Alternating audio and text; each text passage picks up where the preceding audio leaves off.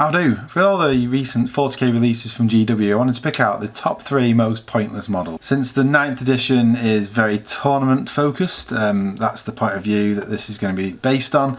However, points of view is different depending on how you're playing it, and as this channel likes to do, we think about things that are simple, think about things from the new hobbyist point of view, so it's a different matter, and I'll discuss that as I go through. So let's get to the list.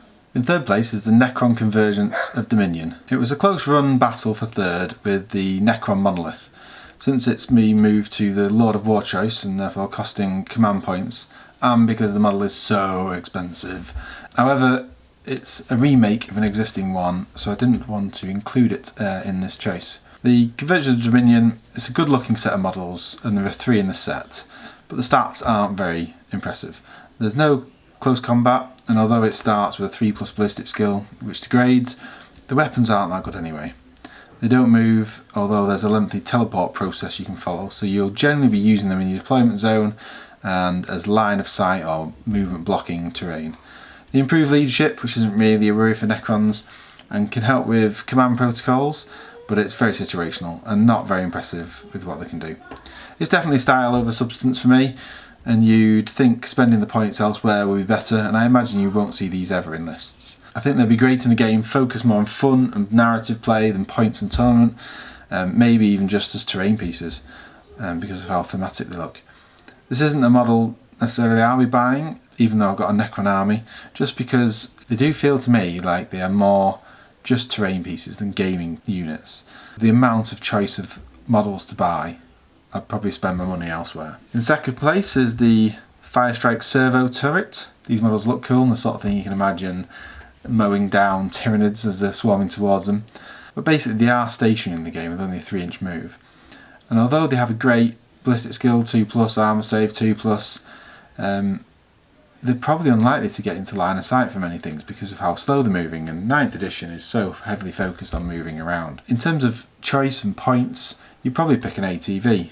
So the cost, the number of rooms, how quickly they move, why would you ever choose that over an ATV? They're not a core units, they can't get buffed, although because they've already got a 2+ shooting, it's not so bad. But if you have 3 of them, up to 3 of them, they can't split up. So the amount of points you're sinking into that, basically sitting in your deployment zone, probably never leaving your deployment zone because how slow they move, they're unlikely to do the loss of damage that they need. Definitely put them with the auto cannons, just because the las cannons are so expensive. It's 40 points more just for that extra damage and such a short range. And they're fitting in a heavy support slot again, which is strange because it's competing with some other great units. So I think that, again, these are unlikely to ever get seen. Maybe you'd see 1, but because of how they look and what the idea behind them, they are definitely a great thing to have for a narrative campaign or a home game. If you imagine that Space Marines have got to defend a base and then another army is coming in to attacking, having these sitting on hills or at the side of a base, it just seems very thematic and a great idea. Now I've got a couple of these and I'm going to be using them for that, and you'll see them in battle reports, but I don't think you'll see them in any other games. And now for the winner. The first place, most pointless model I've got is the Hammerfall Bunker. This is the Space Marines' first fortification unit, and it's stationary. So again, 9th edition, all movement focused. This does seem strange. Coupled with the biggest downside about this is their deployment. So they have to be deployed in a deployment zone and then not be within 3 inches of any other terrain. Now that's either obscuring or area terrain, like rocky ground, craters.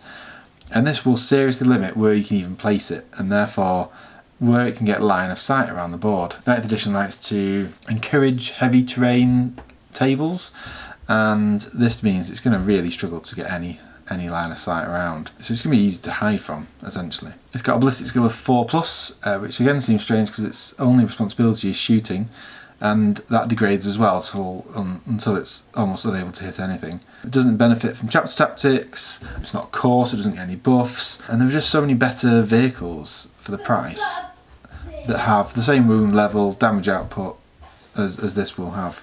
So you're unlikely to see this ever in a game. That said, I do like the model and I can see the potential in it, and I already have one painted up.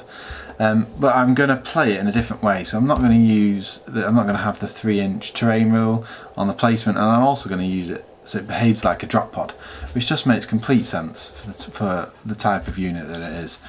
I'm just thinking how cool it would be, you know, one of these landing down in the middle of a battle, and that's kind of where I'm coming from with these models. That yes, they probably will never get seen in a tournament game, in probably even battle reports on YouTube, but they are really cool thematic units that would make a lot of fun. They're fun to paint, fun to build as a hobby, but also fun to have as part of your army, and just relax into it, you know, take the newbie gamer hobby aspects of it. Let me know what you think about my 3 choices, and if you agree with me or disagree with me, let me know. Keep an eye out for battle reports where you'll see some of these units appearing in some of the campaigns we're doing.